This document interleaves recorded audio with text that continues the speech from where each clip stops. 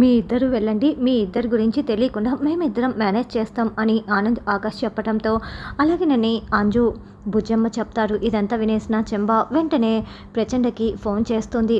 చూడు ప్రచండ, ఆ పిల్లలిద్దరూ ఇంట్లో ఎవరికి చెప్పకుండా బర్త్డే పార్టీకి వెళ్తున్నారు. నువ్వు ఏదో ఒకటి చెయ్యి అని చెప్పడంతో సరే చేస్తాను, కానీ ఈ విషయం మనోహరి కదా చెప్పాలి, నువ్వెందుకు చెప్తున్నావు అని ప్రచండ అంటే మనోహరి పార్టీతో బయటికి వెళ్ళింది, అందుకే నేను చెప్తున్నా, ఈ అవకాశాన్నైనా వినియోగించుకో అని చెంబ ఫోన్ పెట్టేస్తుంది. మాంత్రిక, మన ప్లాన్ సక్సెస్ అయితే మనం బుజ్జమ్మతో తిరిగి వస్తాము, లేకుంటే ఎప్పట్లాగానే ఖాళీ కొట్టి చేతులతో వస్తాం, అంతే కదా అని శిష్యుడు అంటే నీకు కూడా నేను ఎగతాళి అయిపోయాను కదా అని ప్రచండ కోపడుతూ ఉంటాడు. అది కాదు మాంత్రిక, క్షమించని కాత్రా అడుగుతూ ఉంటాడు. తర్వాత అమర్ కార్ డ్రైవింగ్ చేస్తూ ఎఫ్ఎం వింటూ ఉంటాడు. అందులో ఆర్జే బాగి ప్రోగ్రామ్ని గుర్తు చేసుకుంటూ ఉంటాడు. కార్ని పక్కగా ఆపేసి ఇందాక మనోహరి పార్థుతో బయటికి వెళ్తుంటే బాగిని తీసుకువెళ్ళలేదని ఫీల్ అయ్యింది. నేను బాగికి ఏమీ చేయలేదు, కనీసం పువ్వులైనా తీసుకువెళ్తే బాగి సంతోషపడుతుంది అని ఫ్లవర్ షాప్ దగ్గరికి వెళ్ళి పూలు ఇవ్వండి అని అడగటంతో ఏ పూలు సార్, దేవునికైతే బంతిపూలు తీసుకోవాలి, అమ్మాయికైతే రోజా పూలు, మీ ఆవిడకైతే మల్లెపూలు తీసుకోండి సార్ అని చెప్పడంతో అయితే మల్లెపూలు ఇవ్వండి అని అమర్ తీసుకొని కార్లో మల్లెపూలని చూసుకుంటూ ఉంటాడు. అయితే అప్పుడే బాగి దగ్గర నుంచి ఫోన్ కాల్ వస్తుంది. అరే బాగి ఇప్పుడు ఫోన్ చేస్తుందేంటి, కొంప తీసి నేను మల్లెపూలు కొనడం ఇక్కడే చుట్టుపక్కల ఎక్కడో ఒకటి నుంచి చూస్తుందా ఏంటి అని అమర్ అనుకుంటూ ఏంటి బాగి అంటూ అమర్ ఫోన్ లిఫ్ట్ చేయగానే మీరెక్కడున్నారండి అని బాగి అంటుంది. తమరెక్కడ ఉన్నారు అని అమర్ అంటే ఇంకెక్కడుంటాను, ఇంట్లోనే అని బాగి చెప్తుంది. ఇంతకీ ఎందుకు చేశావు అని అమర్ అడగటంతో తమరు నాకు మల్లెపూలు కొనుక్కొస్తారేమోనని ఫోన్ చేశాను అని బాగి అంటుంది. అప్పుడు ఉన్నట్లుండి అమర్ చుట్టుపక్కల మొత్తం కూడా గమనించుకుంటూ నిజం చెప్పు, నువ్వు నిజంగా ఇప్పుడు ఎక్కడున్నావు అని అమర్ అంటే మహాప్రభు నేను ఇంట్లోనే ఉన్నాను, మీరు లంచ్కి ఇంటికి వస్తానని చెప్పారు కదా, ఏం చేయమంటారని అడగటానికి ఫోన్ చేశాను అని బాగి అంటుంది. నువ్వు లంచ్ ఏమీ చేయకు, నేను వచ్చేటప్పుడు హోటల్ నుంచి తీసుకువస్తాను అని అమర్ అంటే ఎందుకు సార్ మీరు నాకు ఇంత బంపర్ ఆఫర్ ఇస్తున్నారు అని బాగి అంటే నీకు ఒకరోజు రెస్ట్ ఇద్దామని అని అమర్ అంటాడు. సార్ ఏంటి ఈరోజు జాలీ మూడ్లో ఉన్నట్లున్నారు, నాకు రెస్ట్ కూడా ఇస్తానని చెప్తున్నారు అని బాగి అంటే నేను ఎప్పుడు నీకు ఏమీ ఇవ్వలేదా, నిన్నెలాగూ బయటికి తీసుకువెళ్ళలేకపోయాను, కనీసం బయట నుంచి ఫుడ్ అయినా తీసుకొస్తానని అమర్ అంటాడు. వద్దు బాబు, బయట ఫుడ్ హెల్తీ కాదు, నేను మీకు నచ్చింది చేస్తాను, ఏం చేయాలో చెప్పండి అని బాగి అంటే నీకు నచ్చింది చేయి బాగి, నీ చేతులతో ఏం వడ్డించినా నేను వద్దంటానా చెప్పు అని అమర్ అంటే అబ్బో ఈరోజు సార్కి ఏంటి కవిత్వం కూడా వస్తోంది, ఇంతకీ బయలుదేరారా లేదా అని బాగి అంటే వస్తున్నాను బాగి, సరే ఉంటానంటూ ఫోన్ పెట్టేస్తాడు. ఏంటి మిస్సమ్మ చాలా జోష్గా ఉన్నట్లున్నావే అని బాగి ఫోన్ పెట్టేగానే రాథోడ్ వచ్చి అడుగుతూ ఉంటాడు. జోష్గా ఉన్నది నేను కాదు రాథోడ్, మీ సారు, ఆయన ఈరోజు చాలా హ్యాపీగా ఉన్నారు అని బాగి అంటే మనోహర్ని మీరు బయటికి పంపించారు కదా మిస్సమ్మ, ఆ ఆనందం ఏమోనని రాథోడ్ అంటే లేదు రాథోడ్ ఎందుకో సంతోషంగా ఉన్నారు, చాలా హ్యాపీగా ఉన్నారని బాగి అంటుంది. ఎలాగూ ఇంటికి వస్తారు కదా మిస్సమ్మ, అప్పుడు మీరే అడిగి తెలుసుకోండి అని రాథోడ్ చెప్తాడు. మనోహరి పార్థుతో బయటికి వెళ్ళి చాలాసేపు అయింది కదా ఇంకా రాలేదేంటి అని చెంబ గుమ్మం దగ్గరే ఎదురు చూస్తూ ఉంటుంది. అప్పుడే కార్ రావటంతో మనోహరి కార్ దిగి స్పీడ్గా వస్తూ ఉంటే ఆగు మనో ఆగు అని పార్థు పిలుస్తూ ఉంటాడు. అబ్బా ఇంతసేపు నన్ను తినింది సరిపోదా, మళ్ళీ పిలుస్తున్నాడు ఏంటి వీడు అని మనోహరి మనసులో అనుకుంటూ ఉంటుంది. ఈరోజు మనమిద్దరం చాలా టైం స్పెండ్ చేశాము, నీతో నేను చాలాసేపు మనసు విప్పి మాట్లాడుకున్నాను, నువ్వు కూడా మాట్లాడావు, నేనెప్పుడు ఇలా ఒక అమ్మాయిని బయటికి తీసుకువెళ్ళి మాట్లాడలేదు తెలుసా మను, ఇంకో వారం రోజుల్లో మన పెళ్ళి ఎగ్జైట్మెంట్గా ఉంది అని పార్థు చెప్తుంటే నేనెక్కడ మాట్లాడానురా, అంతా నువ్వే మాట్లాడావు, ఇంకా ఇప్పుడు కూడా మాట్లాడుతూనే ఉన్నావు, ఆపరా నీ సోది, వారం రోజుల్లో పెళ్ళంటేనే నాకు ఒళ్ళు మండిపోతోంది అని మనోహరి మనసులో అనుకుంటూ ఉంటుంది. నీతో ఇంకో ముఖ్యమైన విషయం చెప్పాలి, నువ్వు పెళ్ళికి ముందు అమర్ని ఇష్టపడ్డావన్న విషయం కూడా నాకు తెలుసు, ప్రతి అమ్మాయికి తన లైఫ్ అంటూ ఒకటి ఉంటుంది, ఒక ప్రేమ కూడా ఉంటుంది, అందులో తప్పేమీ లేదు, అంతెందుకు నీకు ఆల్రెడీ పెళ్ళైపోయి డివోర్స్ అయినా కూడా నాకు ఓకే అని పార్థు చెప్పగానే అసలు వీడు తెలిసి మాట్లాడుతున్నాడా తెలియక మాట్లాడుతున్నాడా అని మనోహరి చాలా షాకింగ్గా వింటూ ఉంటే దూరం నుంచి వింటున్న చెంబ నోరు తెరుచుకొని వింటూ ఉంటుంది.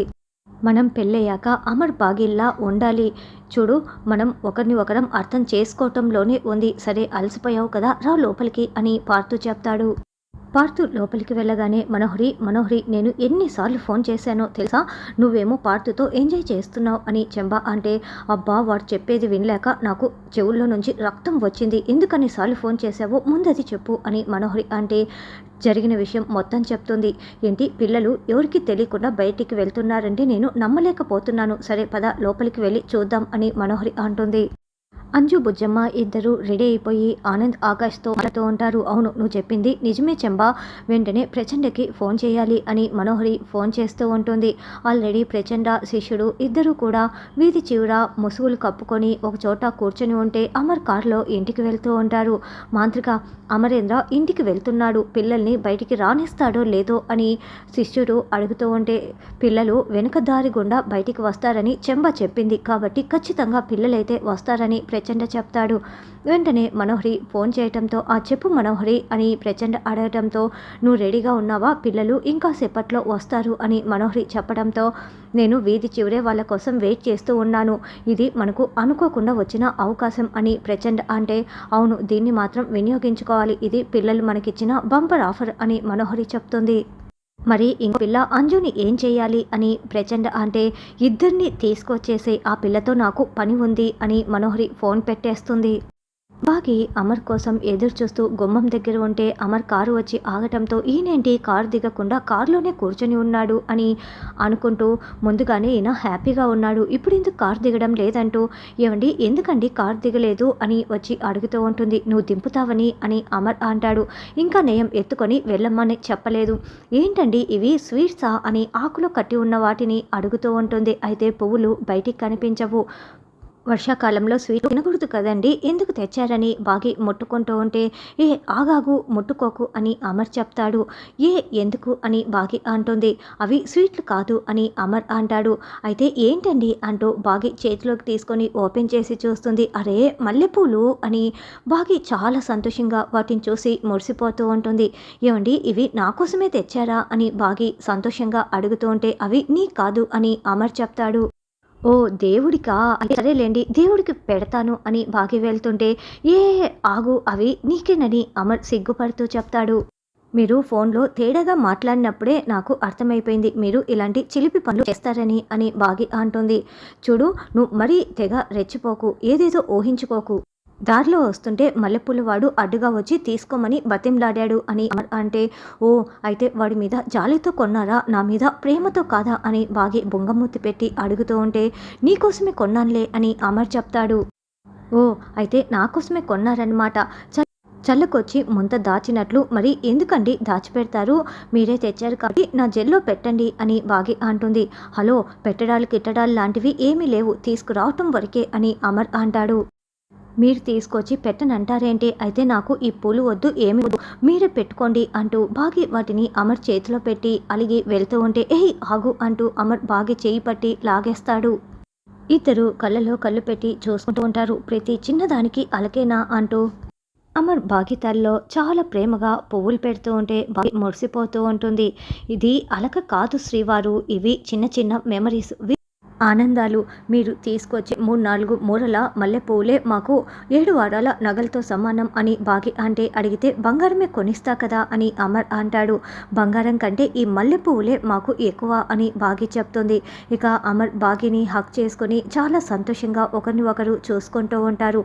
మనోహరి చెంబా ఇదంతా బాల్కనీలో నుంచి చూస్తూ, చూసేవా మనోహరి ఆరు బయట వాళ్ళు ఎదిగిన పిల్లలు ఉన్నారని కూడా లేకుండా బరి తెగించి ఎలా సరసాలాడుతున్నారో అని చెంబా అంటుంది. నువ్వు మళ్ళీ కామెంటరీ ఇవ్వనవసరం లేదు, నాకు కళ్ళు కనిపిస్తున్నాయి కదా అని. ఇంకాసేపట్లో బుజ్జమ్మ బుగ్గిపాలు కాబోతుంది, అప్పుడు దీని ముఖంలో సంతోషం ఎక్కడి నుంచి వస్తుందో నేను చూస్తాను, పద వెళ్దాం, పిల్లలు బయలుదేరుతున్నారో లేదో అని మనోహరి చెంబా వస్తూ ఉంటే, మీరు త్వరగా వచ్చేయండి అని ఆనంద్ ఆకాష్ దగ్గరుండి పిల్లల్ని పంపిస్తూ ఉంటారు. అయితే వాళ్ళు మెట్లు దిగి వస్తూ ఉంటే బాగి అమర్ ఇద్దరు లోపలికి వస్తూ ఉంటారు.